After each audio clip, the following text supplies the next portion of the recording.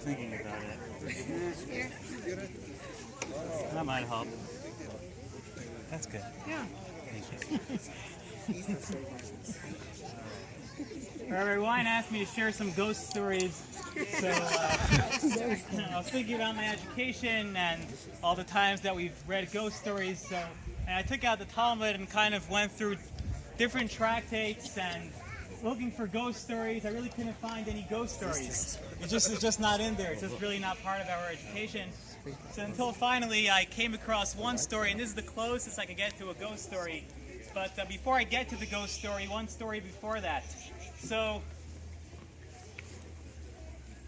can everyone hear me? Yes. Great, I can hear you too. So, Rabbi Akiva's hanging out with all his friends.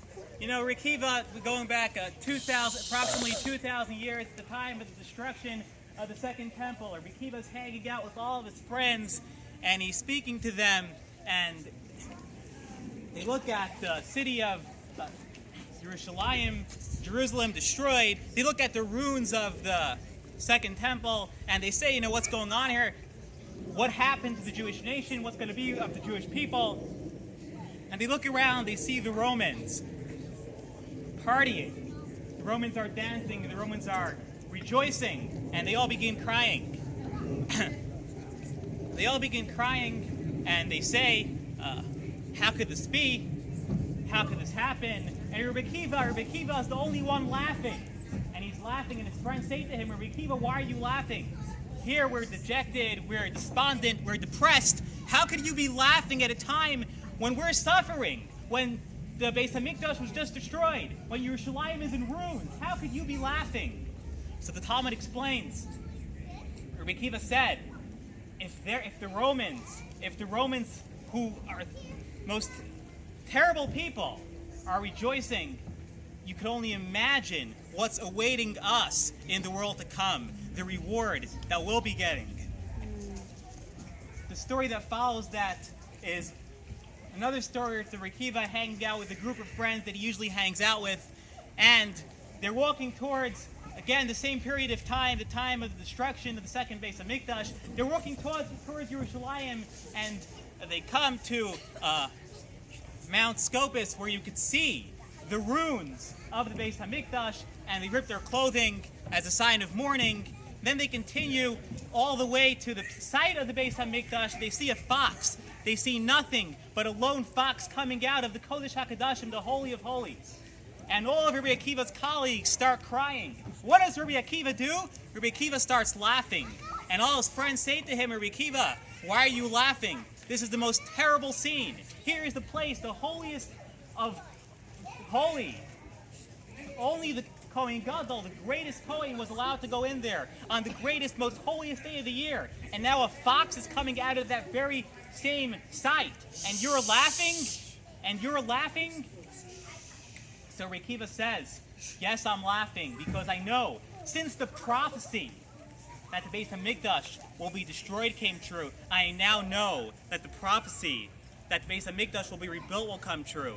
That the scene that the prophets describe of everyone sitting around Yerushalayim and the children rejoicing and the families rejoicing and everyone gathering, I know that will come true too.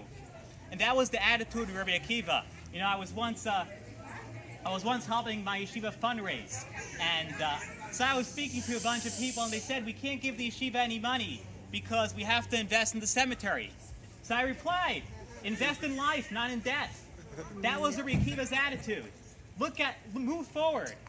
As Ray Wine just mentioned, the day that, right after 24,000 students, Rabbi Akiva died, Rabbi Akiva did something that is completely incomprehensible to any normal human being in this generation. And that is, he found 5 new students and he continued. And you can ask yourself, how's that possible? How's that possible? So if you look at something that we say every single day, twice a day, we say, in Kriya Shema, V'haya im Shemoa. If you listen to the mitzvos, we speak about the reward for mitzvos, the punishment for not keeping the mitzvos, and the word that we employ is the word V'haya. What does the word V'haya mean? So let's start with the word haya. Haya means, is haya past tense or future tense? Past tense. Haya is past tense.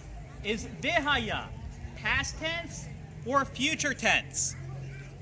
Future tense. Why do we have such a weird language? That's the question. Why don't we just use the word yia, which means future tense? Why take a word that means past tense and convert it to mean future tense?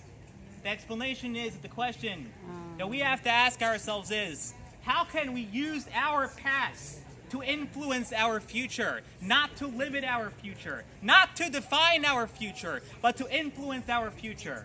Rabbi Akiva had a past, had a very dark past, but he used it as a learning experience. He used it to build his future.